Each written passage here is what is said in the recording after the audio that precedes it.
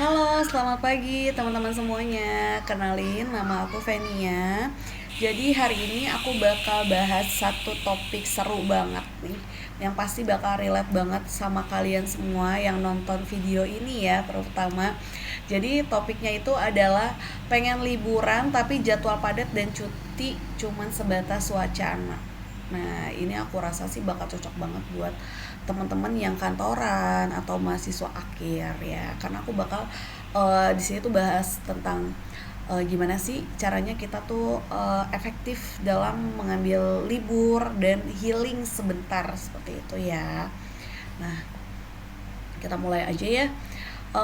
Pernah nggak sih teman-teman di sini merasa pengen banget liburan, tapi selalu terhalang sama alasan klasik? Nah, alasan klasik tuh apa sih? Kayak nggak bisa cuti, terus kerjaan numpuk, deadline numpuk, terus jadwal kuliah juga padat. Misal ada jadwal skripsi atau tanda tangan sama dosen pasti kan sibuk banget ya kayak gitu. Akhirnya niat healing tuh jadi cuman wacana, dan yang kita lakukan hanya sebatas scroll TikTok sambil lihat orang lain liburan, sambil bilang duh kapan ya gue bisa liburan kayak gitu. Padahal sebenarnya kita tuh bisa liburan, cuman kitanya aja waktunya gitu. Nah, sebagai pekerja kantoran yang seperti aku, hari-hari itu kita sering banget berjalan dengan pola yang sama ya. Bangun tidur, terus pergi kerja terjebak macet, terus abis itu juga meeting numpuk, deadline juga numpuk, terus pulang juga udah dengan kepala yang mumet dan pusing, ya kan. Nah, padahal liburan sebenarnya nggak selalu tentang mengambil cuti panjang teman-teman semuanya. Jadi kita juga bisa memanfaatkan weekend yang hanya cuma 2 hari ataupun sehari gitu. Atau kita tuh nggak harus juga liburan healing harus beli tiket pesawat ke luar negeri yang mahal. Padahal tuh sebenarnya banyak banget destinasi-destinasi di Indonesia atau bahkan di lingkungan kalian, di sekitar daerah kalian yang bisa diekspor cuman dalam waktu 1 hari atau 2 hari seperti itu. Nah, jadi itu sebenarnya ada solusi yang lebih realistis ya buat teman-teman semuanya. Jadi ada yang namanya itu liburan singkat tanpa harus cuti atau yang biasa dikenal dengan nama micro vacation. Nah, apa sih micro vacation, teman-teman? Micro vacation adalah seni mengambil jeda singkat namun berkualitas tanpa mengganggu tanggung jawab profesional teman-teman dalam bekerja. Bisa berupa perjalanan 1 hari atau one day trips atau staycation semalam, atau sekedar eksplorasi tempat baru di sekitar kota saat akhir pekan. Misalnya gini ya teman-teman ya, daripada weekend cuman scroll TikTok, scroll Instagram, lihat-lihat gosip ya, sampai akhirnya jempol keram, pala juga ikutan pusing karena ngelihat berita-berita dari netizen di luar sana yang mumet banget ya. Jadi kita bisa cobain nih mini trip dengan cara ikut open trip ke tempat yang gak terlalu jauh. Bisa ke pantai, ada Pulau Seribu, atau bisa ke Gunung Ringan atau bukit-bukit terdekat bisa di Sentul, Bogor, atau ke Sukabumi juga bisa, atau sekedar nongkrong di kafe-kafe estetik. Biasanya banyak banget kan ini Gen Z atau milenial-milenial yang pengen foto-foto ala-ala Instagram, Pinterest, sering banget ya nggak.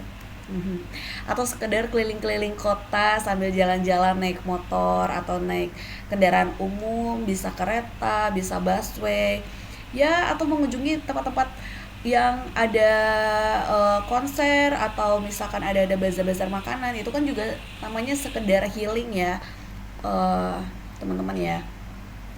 Dan yang penting liburan ini tuh nggak harus mahal. Justru liburan singkat yang seperti ini bisa ngajarin kita buat lebih smart dalam berfinansial, teman-teman. Nah, kita belajar ngatur budget, cari promo, ya kan. Nebeng bareng teman pun sebenarnya bisa gitu kalau ada yang sefrekuensi sama kita. Sampai kita bisa juga bikin itinerary simple tapi efektif gitu ya. Nah, secara mental juga efeknya juga akan kerasa banget, teman-teman.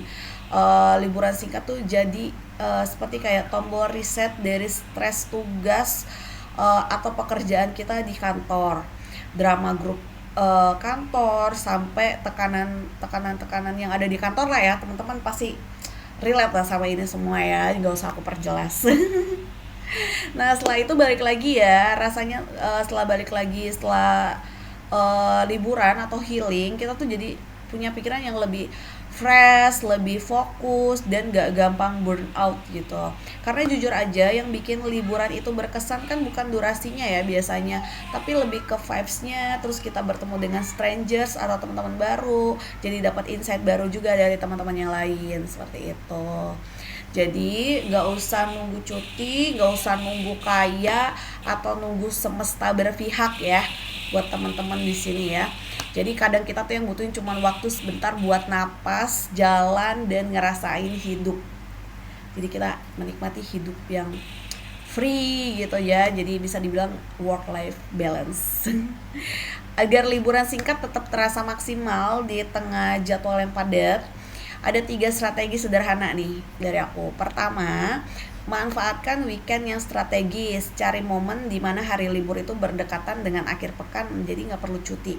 Atau bisa juga memanfaatkan tanggal merah ya kan teman-teman. Biasanya ada tanggal merah tuh yang kayak mepet-mepet hari Minggu, atau tanggal-tanggal merah yang mepet-mepet di hari Sabtu atau Minggu gitu kan, bisa diambil tuh.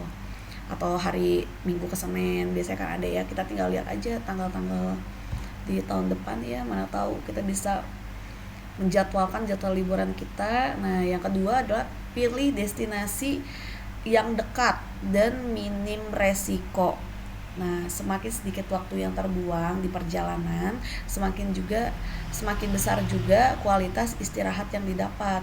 Jadi sebenarnya istirahat itu tuh kita tuh nggak perlu uh, istirahat yang dimaksud adalah bukan tidur ya teman-teman ya. Istirahat yang dimaksud adalah mengistirahatkan diri kita sendiri supaya pikiran kita lebih fresh. Misal kayak aku, istirahat yang aku maksud adalah jalan-jalan ke alam yang gak ada sinyal, terus bisa ngelihat hijau-hijau sungai, terus lihat pemandangan langit. Itu yang dinamakan istirahat. Jadi istirahat gak selalu harus tentang tidur ya teman-teman ya. Nah, yang ketiga adalah tetapkan batas digital. Jadi liburan tanpa notifikasi kantor adalah bentuk self reward dan self respect paling sederhana menurut aku ya. Nah, aku juga di sini ada tips buat teman-teman mahasiswa akhir, buat yang pengen juga liburan. Jadi tips yang pertama yang bisa kalian ikutin adalah pilih tempat yang dekat dan realistis, sama ya. Kedua adalah planning simple tapi jelas. Dan yang ketiga, jangan terlalu ambisius. Ini tuh liburan bukan study tour ya teman-teman ya. Jadi enjoy aja kita buatnya. Dan yang terakhir adalah nikmatin momennya, bukan cuman kontennya. Jadi jangan selalu mikirin konten. Ya kalau kalian mau bikin konten juga itu oke banget sebenarnya. Cuman kita kan di sini liburan juga untuk merefreshkan diri kita semua ya teman-teman ya. Jadi aku harap sih tips dari aku ini bakal berguna buat teman-teman sekalian. Nah, teman-teman sekalian, liburan singkat bukan berarti kalian gak profesional. Justru sebaliknya, ini tuh adalah justru sebaliknya ya teman-teman, sorry. Justru sebaliknya, ini adalah tanda kalau kalian paham cara menjaga performa jangka panjang. Karena pekerjaan hebat bukan hanya yang paling sibuk, tapi yang paling tahu kapan harus berhenti sejenak. So, ini question terakhir dari aku. Weekend ini mau tetap rebahan atau mau cari liburan singkat buat diri kalian sendiri, atau mau kasih hadiah kecil buat diri kalian sendiri? Jadi coba kalian pikirin lagi. Terima kasih. See you di liburan versi kalian masing-masing. Dadah.